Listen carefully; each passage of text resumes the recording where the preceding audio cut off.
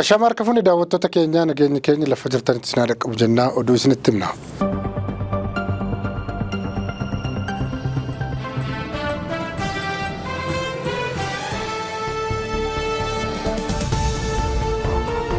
Sababa kirkira lafaa Itoophiyaa keessatti mudateen namoonni 100,000 ta'an qe'ee isaanii irraa buqqaaniiru. Kirkira lafaa naannolee sadiitti mudateen namoonni 100,000 ta'an qe'ee isaanii irraa buqqaaniiru. Naannoo Affaaritti namoota 60,000, naannoo Oromiyaatti namoota 20,000 fi namoonni 10,000 ol ammoo naannoo Amaaraa godina Shawaa Kaabaa naannoo Dabra Biraan irraa kan buqqa'an yoo ta'u waliigalatti lakkoofsi namoota kirkira lafaa tibbana naannolee sadan kana keessatti mudateen qe'ee isaanii irraa buqqaanii gara 100,000tti siquu Waldaan Fannoo Diimaa Addunyaa ibseera. Federeeshinii Waldaan Fannoo Diimaa fi ji'a Diimaa Idil Addunyaa akka kaleessa beeksisetti naannoo Amaaraa godina Shawaa Kaabaa keessatti bakkoota Xaraambar, Efraataanaa, Gidiimii fi Hagara Maariyaam jedhamu dabalatee aanaalee 38 olitti sababa kirkira lafaatiin qabeenya irratti miidhaa cimaan irra ga'eera. Walumaa galatti namoonni 9,995 kallattiin miidhamaniiru akkasumas qe'ee irraa buqqaaniiru jedha waldichi. Kana malees manneen 360 ol miidhamu kan gabaafame yoo ta'u lafti qonnaa hektaara 908 fi daandiin kiiloomeetira 23 ta'us barbaadaa'eera jedha waldichi. Dhuma baatii fulbaanaa bara 2024 irraa eegalee holqi guddicha Itoophiyaa naannolee Affaar, Amaaraa fi Oromiyaa hammatee kirkira lafaarra deddeebiin mudateen miidhameera. Akka Waldaan Fannoo Diimaa Idil Addunyaa jedhutti naannoo Affaar keessatti namoonni tilmaaman 60,000 ta'an kirkira lafaa dhiyeenya kana mudateen miidhamaniiru. Kanneen keessaa namoonni 25,000 aanaa Awwaash Fantaallee, 15,000 aanaa Dullachaa fi akkasumas kanneen 40,000 ta'an ammoo bakka biraatii buqqaanii qubsiifamaniiru. Naannoo Oromiyaa aanaa Fantaallee gandoota 7 keessas namoota 27,120 ta'an kirkira lafaa sanaan kan miidhaman yoo ta'u namoonni 20,720 ta'an gara mooraa buqqaatotaa yeroo 11tti qubsiifamaniiru. Torban darbee namoonni balaa sanaan qe'ee isaanii irraa buqqa'an nyaata, bishaanii fi dhiyeessii barbaachisoo ta'an biroo gahaa akka argachaa hin jirre manni maree bakka bu'oota Itoophiyaa gabaasuusaa isiniif dhiyeessinee turre. Naannoo giddu galeessa Itoophiyaa godina Silxee fi magaalaa Hararitti balaa tiraafikaa mudateen lubbuun namoota 10 darbuun dhaga'ameera. Godina Silxee aanaa Hulbaaraag bakka addaa Leefoo jedhamutti konkolaataan deddeebisa uummataa Zaman Baas jedhamu Finfinneetii gara Arbaa Minci imala ture konkolaataa abbaa miila 3 yookaan baajaajii jedhamu irra bahuun namoota 8 ajjeesuun dhaga'ameera.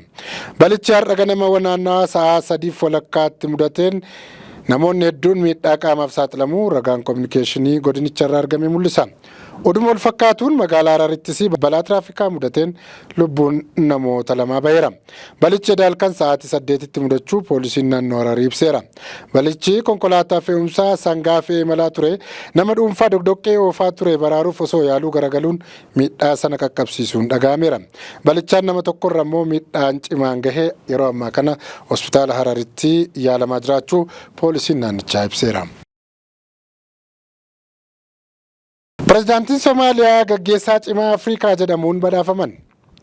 Pireezidaantiin Somaaliyaa Hassan Sheikh Mohammed badhaasa Afrikaan Presidential Leadership Award jedhamu kora foorumii diinagdee addunyaa Switzerlanditti gaggeeffame irratti badhaafamaniiru. Badhaasichi kan gaggeeffame amajjii 22 bara 2025 yoo ta'u dhaabbata Afrikaan House jedhamutu badhaasicha kenne. Waajjirri pireezidaantii Somaaliyaa akka gabaasetti Pireezidaant Hassan Sheikh Mohammed badhaasicha kan argatan ijaarsa biyyaalessaa Somaaliyaa keessatti gumaata godhanii fi biyyattii guddisuuf cichoomina agarsiisaniidha jechuun ibseera. Bulchiinsi Pireezidaant Hassan Sheikh Mohammed jalatti Soomaaliyaan milkaa'ina hedduu argamsiisuu kan eeru ibsi waajjira pireezidaantichaa kuni ammoo badhaasa kan akka argatan isaan taasiseera jedha.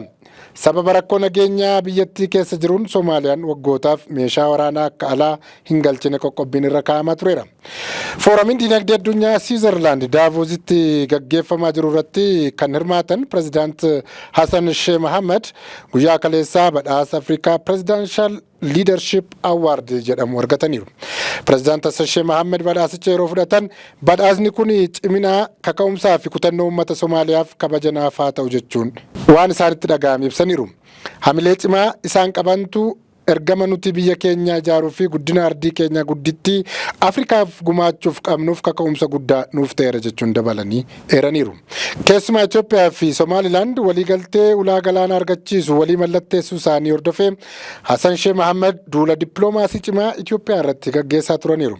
Kanumarraa ka'uun jaarsummaa Tarkiyyeetiin Itoophiyaa fi Somaaliyaan muddama isaan gidduutti dhalatee karaa nagaan furachuuf waliigaltee Ankaaraa waliif mallatteessuun isaanii kan yaadatamu ture.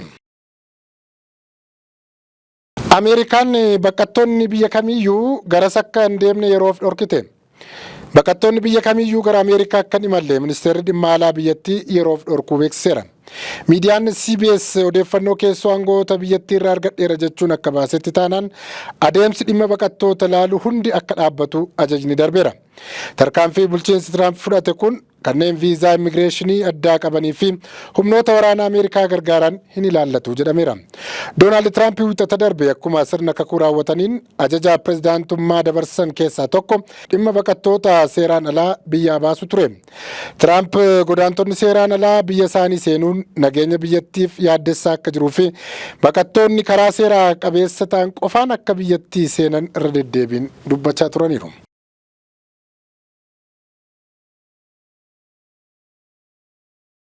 Dhagaan kabajamtoota daawwattoota keenya oduu har'aaf jennu kanumaan goolabna. Nagaan nuuf tura.